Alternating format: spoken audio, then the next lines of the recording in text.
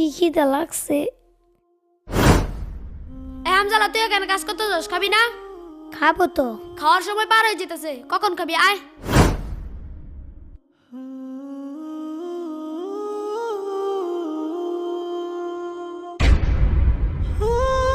মাদ্রাসায় থেকে কত কষ্ট করে খাবার খেতে হয়, বাড়িতে গেলে আমার কোনো কষ্ট হয় না, আম্মু সবকিছু করে দেয়। আমি যেখানে থাকি আম্মু আমাকে ডেকে এনে খাওয়ায়।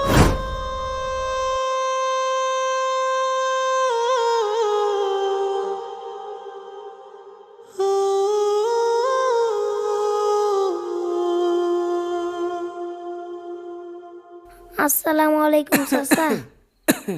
ওয়ালাইকুম আসসালাম।